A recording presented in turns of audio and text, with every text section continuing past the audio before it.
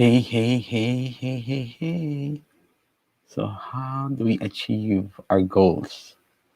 By understanding the concept of lead versus lag metrics. How do you achieve your goals?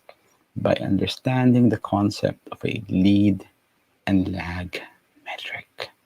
Let's talk about that today. Mhm. I'm Ellie. I'm a customer experience head in a digital transformation office and the founder of a UX nonprofit design community. And today we'll talk about lead lag metrics and having a scorecard and having some sort of measure um, for your performance. Now, when you talk about measures and you're in a startup world or in your tech world, one of the most popular concepts you probably hear about is the concept of the OKR, or objectives and key results. OKRs, created by Andy Grove at Intel, taught to John Doerr when he wrote the book on Measure What Matters, which talks about OKRs, Measure What Matters. And it's popular because of people like Google adopting it as a framework. Okay. Nice. Studies have shown that committing to a goal can help improve employee performance. Research reveals that setting challenging specific goals can further enhance employee engagement in attaining those goals from a company perspective. And here are some OKRs at a glance. Uh, should be measurable and easy to grade. That's how Google does it. Should be public so everyone in the organization can agree what others are saying. Sweet spot should be 60 to 70%. Low grades can be viewed as data to help the next OKRs, are not synonymous with employee evaluations. OKRs are not a shared to-do list. So nice explanation. A simpler explanation of this is basically this.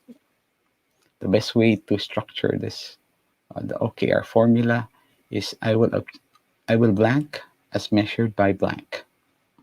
So it's a nice simple formula. Now, if you're in a company, another format for measuring uh, performance is the Balance Scorecard, but there are differences between the Balance Scorecard, and you can read about the differences here. What's the differences? There's a summary here. So those are the similarities. They're all for about driving change. They're about having an objective, a metric, and there's reliance and motivation to succeed. It's a tool, not a silver bullet. The differences: BSCs are usually annual. OKRs focus on monthly, quarterly. The cadence is faster, not tied to compensation. BSCs are often tied to compensation. Encourages risk taking, stresses accountability, strategic, holistic. So the cool thing about BSC actually is they allow you to focus on certain financial, customer, internal learning objectives. And OKRs focus on leading indicators versus BSCs are lagging indicators. Then OKRs are top down, BSCs are sideways. So what I wanted to focus on is the concept of leading and lagging indicators. And by knowing this can help you understand your own um, goals and performance and how to improve your own performance. So leading indicator from Google search, an indicator that of a performance that might predict future success. Um, the lagging indicator, that's why it's called lagging. It's an indicator of past performance that measures how we perform. So leading indicator is some sort of um, guide that what might happen, and the lagging indicator is a past performance. This is important for you if you are looking at what you want to measure in your life, okay, in your task or in your life, in your work. Now, here's another nicer also from Google search. Um, Usually, lead measures are measures that you can predict and influence. lag measures are something that has happened and is unpredictable. And I like this example because this is exactly what I did when I how I lost my weight, because I focused on using leading indicators versus lagging indicators. Now, the lag measure is the weight itself, my weight. The lead measure are the things I do, like how many calories I burn or eat, and what are burn and eat, and how many exercises I do. Those are things that are lead measures, things I can control. Another example is prospecting, number of calls you make versus the actual income from sales. Okay, so lead measures are actionable, lag measures are results. Lead measures do this, lag measures get this. So it's a nice, simple explanation of lead and lag measures. I To give you an idea, in user experience design, there are nice indicators here that you can use as well if you're into user experience design. There is a usability scorecard that you can use and can use to track performance. But again, these are actually, this is a mix of lead and lag, because lag is task completion, task ease, task confident. Yeah, these are things you can influence actually.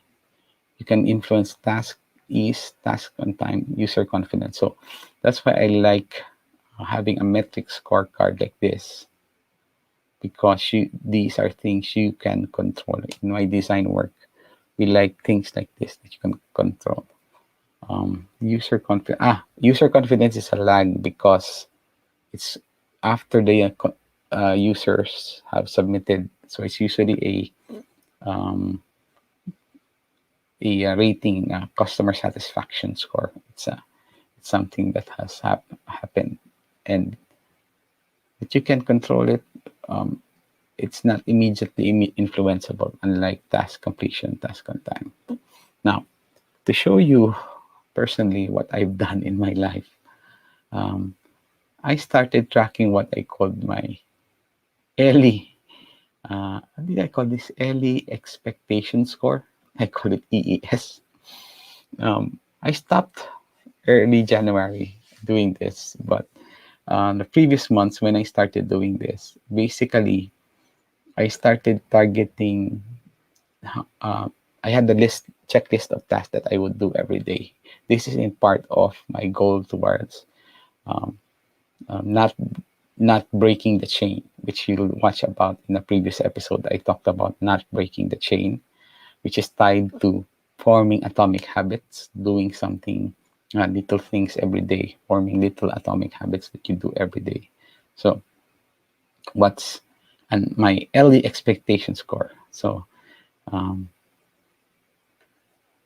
these are things that are, for example, if you notice, I sketch everything every day. I do a drawing every day. That's part of my early expectation score. So if I am able to do that day, I tick it off. That's one out of the total number of things in my checklist. When I started off, I had 5 things in my checklist. I had um,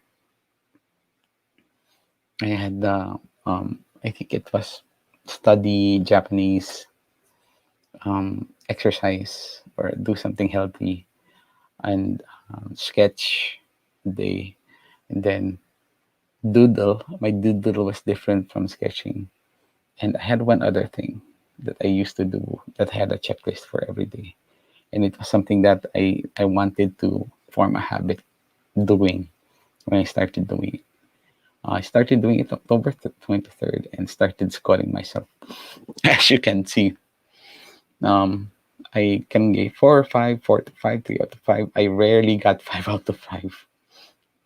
And 27th, I added two more things, to diet and to do some writing. So I did 2 more things. So sometimes I got 6 out of 7, 4 to 7, and this was just me scoring myself. It was rare that I got a 7 out of 7, which is interestingly enough, similar to sweet spot for OKR grade 60 to 70%. Mm, similar to OKR. And doing this has helped me focus on um, what really are the things that I wanted to develop as habits. And this concept came from this another uh, workshop or series of workshops that are from Franklin Covey. If you can get this for yourself and your team, I would recommend you go for it. This is the 4 disciplines of execution. There are videos about this in the future. We'll discuss more about these when I have time.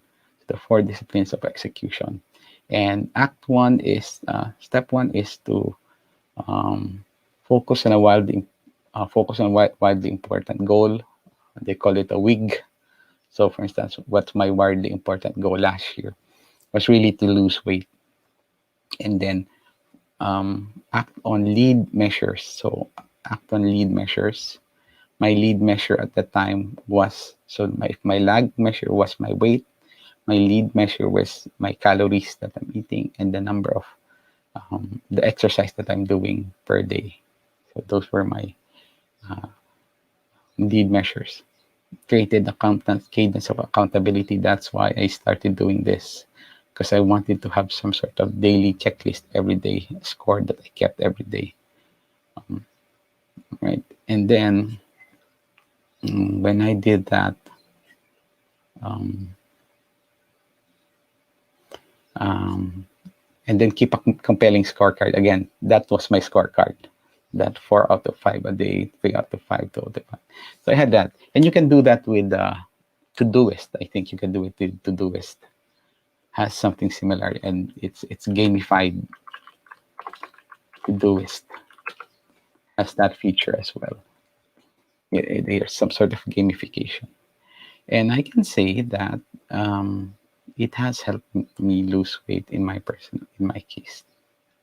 And having that personal score, that personal metric that you track, is something you can think about as well.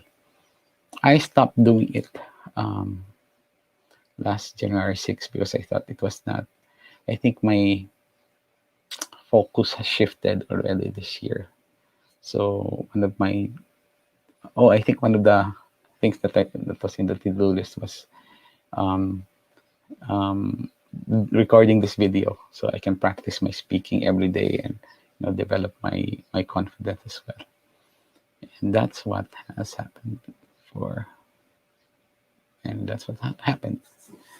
Okay, so focus on lead metrics. And I think a nice analogy that we used is, aside from the weight analogy, is um, if you're going to um, take care of it's like a knob that you turn on, and how big is the knob. There's an indicator, and the knob has an impact on whatever the output is. So, for instance, if it's a knob for like watering your plants or growing your plants, how big your plants are, the indicator of that's your cadence of how many times you turn on and water your plants, right? Your knob. That can be a lead indicator, but there are other factors that affect the lag indicator, which is the growth of the actual plants. Okay, so hope this helps. Hope you found this useful. If you would like to see the rest of the episodes, the series, go to le.cx and um, visit the discussion I have there on lead and lag, on productivity and on design. So le.cx is a YouTube channel. Subscribe and turn on a notification so you can see everything that's going on with the channel. And that is it. Hope you found this useful. Hope you enjoy your day, or you hope your day will be as awesome as you are. And